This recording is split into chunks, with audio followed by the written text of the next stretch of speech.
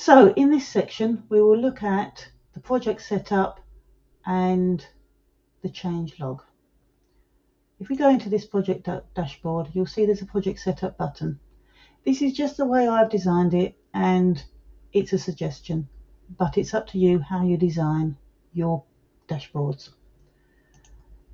In my project setup, I have put in a few documents that I thought you might want to have in an area to prompt project managers to say, you just put this project online, now fill out these forms and get these populated. But because project managers won't necessarily think to go in there as the projects progress, they're also in the project documents. And that is the beauty of a system like this. You can have the links to your documents everywhere you want them, on any dashboard, so that nobody has to navigate to specific locations to get any document. They can find them in multiple logical places if a document falls into multiple categories. Within the project setup, I have project members. I like to have a list of project members. I know we have the master stakeholder list, but to have your project members in one section makes it easier for the project manager to find their specific people, rather than having to search through the list every time, particularly if your master stakeholder list gets quite full. And also in this list, we have the project role on the left, which is unique to this project, and notes on the right for the same reason. And you'll see project sponsor, project manager and SRO already there, because when we filled out the form to have the project put onto this system, we told the form who they were. And so rather than have double typing and have a project manager have to look this information up again and again and type the information in again and again, they're copied. And that's how I work with all my forms. I don't have double typing. Once you've input some information in one place, it will pull through to wherever you need it.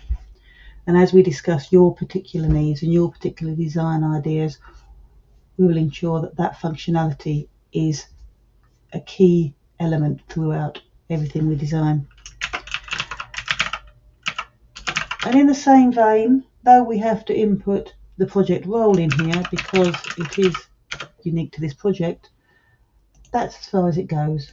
We only need their number from the master stakeholder list, and we can then add in the names and contact details for all the project members.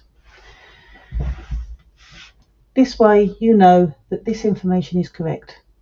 If any project manager is notified, or any admin staff or any member of your organisation is notified that someone has changed their phone number, changed their email address, or indeed left the organisation, their information will be updated. And then that means everybody's information will be updated.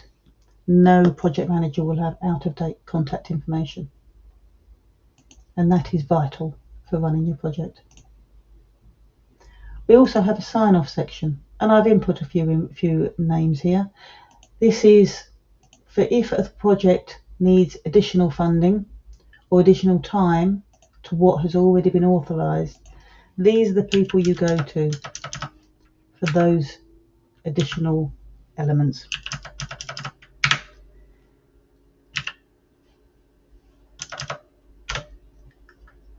So I've added in a few, just fingers in the air figures,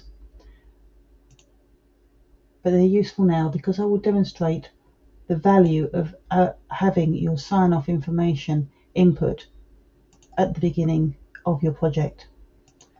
Because now we're going to go into the change requests, and we're going to imagine that there has been an issue and that we need more money. So if I say we have run out of paint, and it's item 1.2.1 on the project plan, painting the window frames. This is the issue. As you can see, again, I've drawn the information through. You don't have to go to the project plan to look it up. You know the number, that's enough. And if you don't know the number, you can type in 1.3.1, 1.1.1 and find it if you need to. But again, you can have these items open on different screens, and you can't get over everything. Sometimes you have to remember some information, but looking up the project plan number is easier than typing in everything, and at least this way you know the information is correct. And then you just put in the description, purchase of paint, funding amount, we want an extra £50. And there you see, funding authoriser is me. If we were to say an extra £5,000, it's Reggie. If we say £12,000, it's Florence. The system is taking this from the sign-off sheet that we just filled in. And again, with the time alteration, we want an extra 5 days, I can authorise it. We want an extra 50 days, Freddie has to authorise it. An extra 300 days, it's Zach, and so on and so forth. And we'll go through the change request in more detail, but as you can see,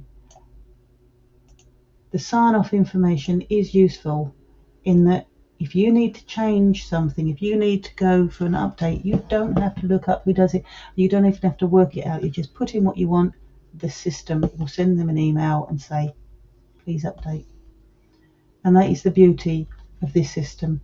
Everything is so well linked and well thought out that it makes life of a project manager far, far easier. So thank you for listening, and if you were interested in the change request, take a look at the video where we go into it in more detail. Goodbye.